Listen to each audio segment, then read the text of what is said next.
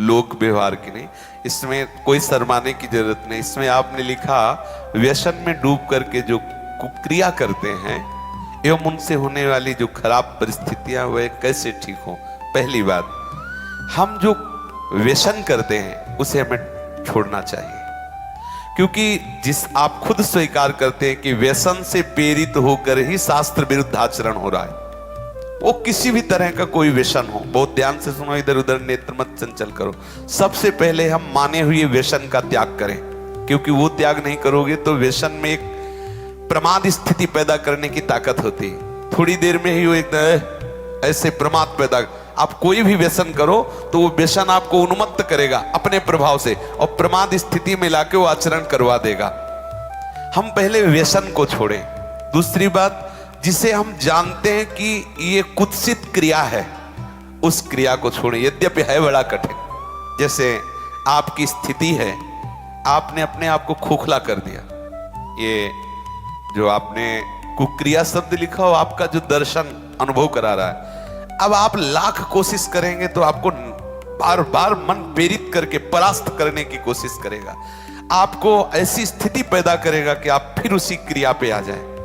पर एक बार हिम्मत करके आपको जलना होगा, तभी आप बलवान हो सकते हैं। बिल्कुल ठीक समझना, नहीं आपके आंतरिक बल को नष्ट कर दिया इस क्रिया ने, इस व्यसन ने आपको नष्ट। अब आपको बलवान हो, आप पुनः वैसे हो सकते हो। कितनी अवस्था है आपके शरीर की? है 30। कोई बात, अभी चांस है, अभी आप सुधर सकते हो। तो आप पहले क्या व्यसन करते हो? अच्छा चलो जो भी हो, तो आप उसे आज नियम लो कि मैं नहीं करूंगा, छोड़ सकते हो? ऑलरेडी छोड़ दिया। ऑलरेडी मतलब बराबर छोड़ दिया। कुक्रिया, कुत्सित क्रिया, हाँ हम समझ रहे, दरअसल आप उसे छोड़ रहे हैं आज कसम खा के। नहीं, महीना पूरा होने में जो वो प्रमत्त स्थिति आएगी, वो सारे कसम असम खूंटी में टंगवा देगा। क्योंकि वो एक ऐसी उन्मत्तता होती, प्रमाद स्थिति होती है।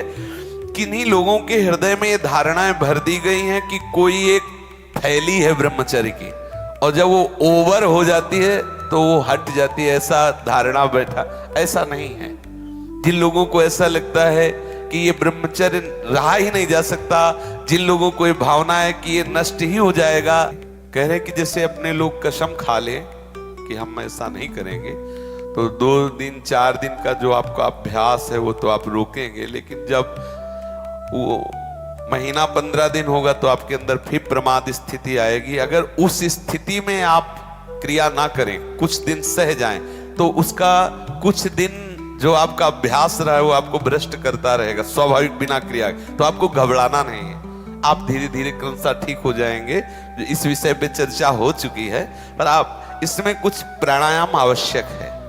किसी योगी जो प्राणायाम के गुरु हैं उनसे आप मिल करके, क्योंकि हम तो वृंदावन के राधा आशिक हैं, हम ये फुस फसत सिखाते नहीं हैं। तो किसी योगी से प्राणायाम कुछ सीख लें, और कुछ व्यायाम, देहाती व्यायाम जैसे दंड बैठक, दौड़ लगाना आदि को, मतलब हमारी प्राण शक्ति को थोड़ा सा व्यायाम के द्वारा एक बल मिलता है। और कुछ आहार नियंत्रण, कि हम इधर उधर की वस्तुएं ना खाएं, वो उसमें पड़े हुए हैं वीडियो में कि ये चीज ना, जैसे ब्रह्मचर्य में सहायक सावधानियां, ब्रह्मचर्य में सहायक भोजन, वो उसमें उसको विस्तृत रूप से आप सुन लीजिए और उससे धारण। मुख्य बात है चिंतन बदलना, ये सब गौड़ बात है। मुख्य बात है चिंतन बदलना। यदि हमारा चिंतन विषय लोलुप बना रहा तो चाहे जितना सात्विक भोजन करो, चाहे जितना आप नहाओ धो पवित्र व्यायाम सब, लेकिन आप रोक नहीं सकते, क्योंकि चिंतन है। चिंतन बदलना अति आवश्यक है। उसके बदलने के लिए सत्संग, शास्त्र स्वाध्याय, नाम जप तीनों आवश्यक है। सत्संग और शास्त्र स्वाध्याय और नाम जप। भले गृहस्थी में हो, 30 मिनट अगर हम शास्त्र स्वाध्याय कर लें, मानो श्री स्वामी राम सुखदास जी की टीका जो की हुई गीता है, वो अमृत है साधकों के लिए। चाहे गृहस्थ हो चाहे विरक्त हो, जरूर स्वाध्याय करना चाहिए।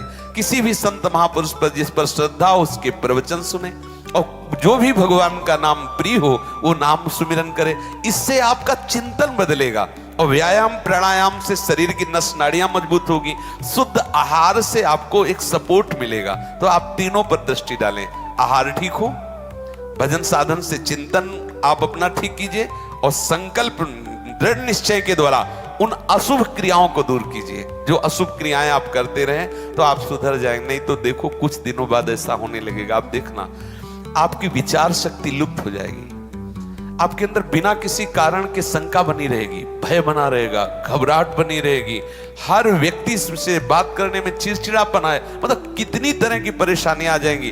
देखो हमें किसी से लेना देना थोड़ी है, तुम हमारे आत्मा हो तो हम आपको सुख पहुंचाने के लिए कह रहे कि आप पुष्ट बनो, आप बलवान बनो, गृहस्थी भी बनो, तो स्वस्थ और सुखमय जीवन व्यतीत करो।